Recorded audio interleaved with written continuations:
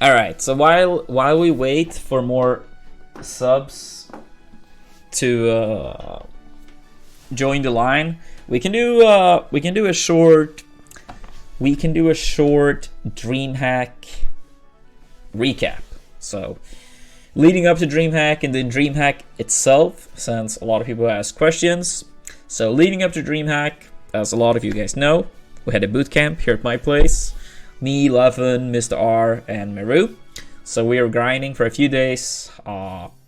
And honestly, yeah, it was like a lot of viewers on Twitch, so it's very fun. Hope you all enjoyed it.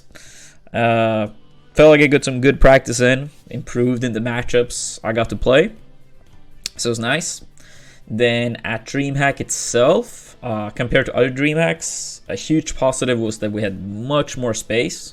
A lot of the DreamHacks in Sweden, we have had way too little space.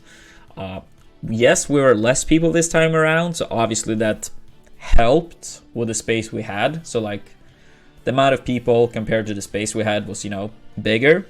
But even so, I feel like we had more space now than multiple DreamHacks in the past where we had like double the people or close to double. So that was nice. A lot of setups, also very good. And then tournament-wise, I feel like I did okay, all things considered. The annoying thing was that for some reason the bracket got changed like right before it started. I think it was something because like they had like 8 pools, if I remember correctly, and then it was gonna be like repeat of matches or something, so they changed. But at the very least, I had no idea. So I remember looking at my bracket like an hour and a half or something before it was gonna start, expecting to play certain people, or expecting one person to play against, and then one of these two. And then when I checked the bracket like 5 minutes before it started, I was like, wait, I play against this person now and one of these two people if I win. So completely different matchups.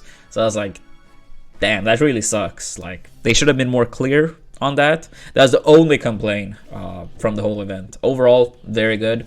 But it was best of 5 at least, so I didn't feel too worried. I still dropped a game in my 2 first sets. One versus Drigon's Falco and one versus M's Shulk. But I still won the 2 sets 3-1. So it's like not too much, It didn't like stop me really. But I could have, like, maybe other people get entirely screwed over warming up in the wrong matchup. So for next time, I hope they're a little bit more clear with that, so like all the players know. Then after that, I played against Grail. I think that's how you pronounce his tag. Pretty good Richter/Wolf. I think he got top 4 at Syndicate, which was one of the biggest European tournaments for Ultimate this year. And I beat him, like, he was 3-0, and the first match was like a 2-stock against his Richter. I think he went Richter due to like it being a pretty uncommon character, but he probably might not have known that I actually got to play some against Nitro's Richter in friendlies. So it's a matchup I feel pretty good about, and Inkling obviously does good in the matchup.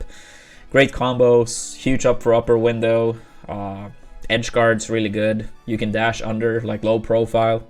A lot of moves like F-tilt, for example. So I feel pretty good about the matchup. And then he went Wolf, and I think Inkling wins the matchup slightly. And it's a matchup I have decent experience in.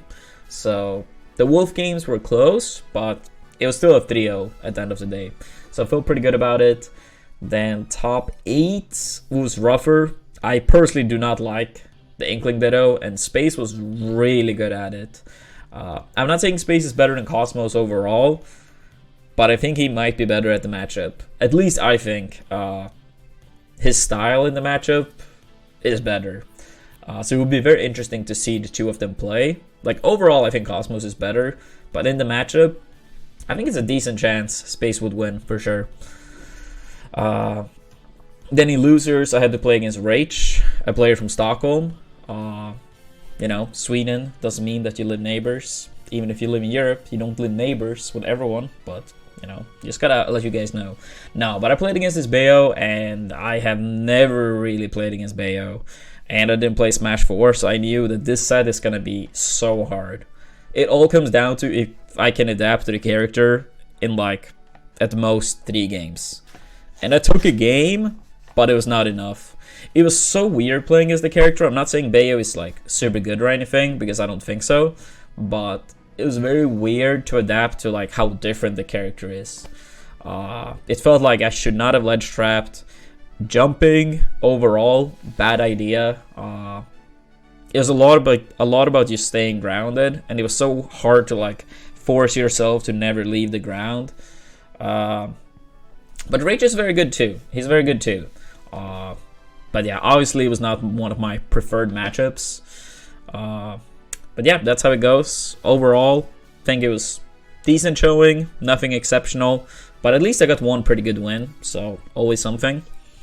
And I hope all of you guys enjoyed watching me at Dreamhack. For future tournaments, we will see. I have nothing really decided at the moment.